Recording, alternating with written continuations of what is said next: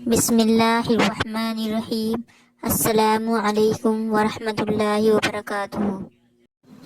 جناب رسول اللہ صلی اللہ علیہ وسلم کی عادت شریف تھی کہ فجر کی نماز پڑھ کر اپنے یاروں اور اصحابوں کی طرف متوجہ ہو کر فرمایا کرتے تھے کہ تم میں سے کسی کو رات کو کسی نے کوئی خواب تو نہیں دیکھا؟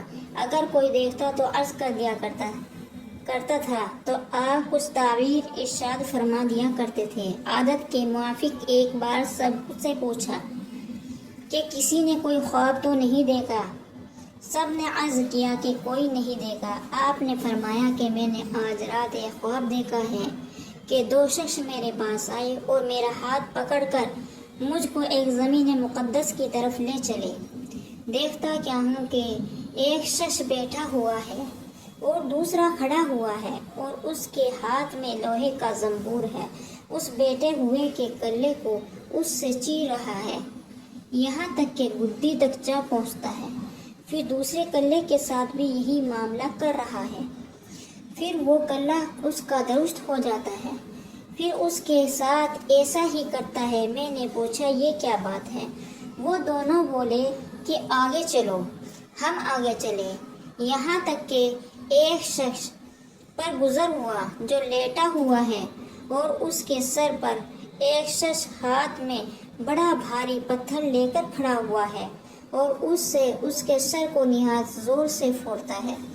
جب وہ پتھر اس کے سر پر جا گرتا ہے تو پتھر لڑک کر دور جا گرتا ہے، اور جب وہ اس کو اٹھانے کے لیے جاتا ہے تو اب تک وہ لوٹ کر اس کے پاس بھی نہیں آتا تو اس کا سر پھر اچھا خاصا جیسا تھا ویسا ہی ہو جاتا ہے اور وہ پھر اس کو اسی طرح پھوڑتا ہے۔ میں نے پوچھا یہ کیا ہے؟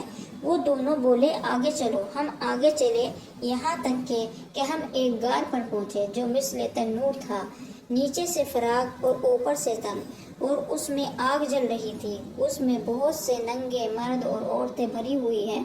جس وقت وہ آگ اوپر کو اٹھتی ہے تو اس کے ساتھ وہ سب اٹھ جاتے ہیں یہاں تک کہ قریب نکلنے کے ہو جاتے ہیں۔ پھر جس وقت بیٹھتی ہے وہ بھی نیچے چلے جاتے ہیں۔ میں نے پوچھا یہ کیا ہے؟ وہ دونوں بولے آگے چلو۔ ہم آگے چلے، یہاں تک کہ ایک خون کی نہر پر جا پہنچے۔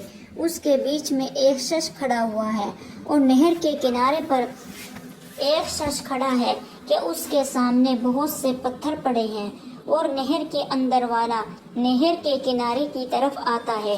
جس وقت وہ نکلنا چاہتا ہے، کنارے والا اس شخص کے منہ پر ایک پتھر اس زور سے مارتا ہے کہ پھر وہ اپنی جگہ پر جا پہنچتا ہے۔ پھر جب کبھی وہ نکلنا چاہتا ہے تو اسی طرح پتھر مار کر اس کو ہٹا دیا جاتا ہے۔ میں نے پوچھا یہ کیا ہے؟ وہ دونوں بولے آگے چلو۔ ہم آگے چلے، یہاں تک کہ ایک ہرے بھرے باغ میں پہنچے۔ اس میں ایک بڑا درخت ہے، اس کے نیچے ایک بوڑھا آدمی اور بہت سے بچے بیٹھے ہوئے تھے، اور درخت کے قریب ایک شخص بیٹھا ہوا تھا۔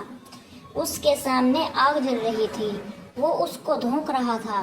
پھر وہ دونوں مجھ کو چڑھا کر ایک درخت کے اوپر لے گئے، اور ایک گھر درخت کے بیچ میں نہایت عمدہ بنا ہوا تھا، اس میں لے گئے۔ میں نے ایسا گھر کبھی نہیں دیکھا۔ اس میں مرد، بوڑھے، جوان، عورتیں، بچے بہت سے تھے۔ پھر اس سے باہر لا کر اوپر لے گئے، اور وہاں ایک گھر پہلے گھر سے بھی عمدہ تھا، اس میں لے گئے۔ اس میں بوڑھے جوان تھے۔ میں نے ان دونوں شخصوں سے کہا کہ تم نے مجھ کو پوری رات پھرایا، اب بتاؤ یہ سب کیا اسرار تھا؟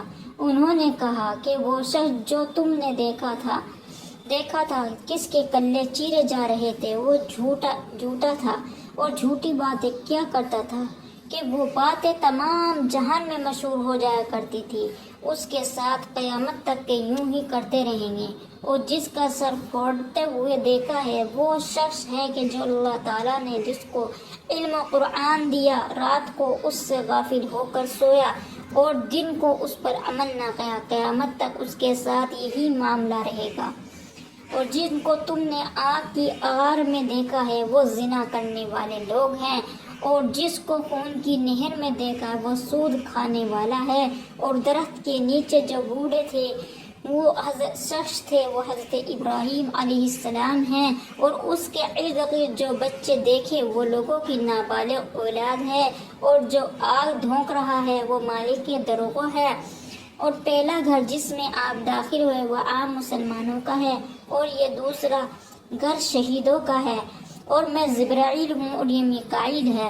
پھر بولے سر اوپر اٹھاؤ، میں نے سر اوپر اٹھایا، میرے اوپر ایک سفید بادل نظر آیا، بولے یہ تمہارا گھر ہے۔ میں نے کہا کہ مجھ کو چھوڑ دو، میں اپنے گھر میں داخل ہوں۔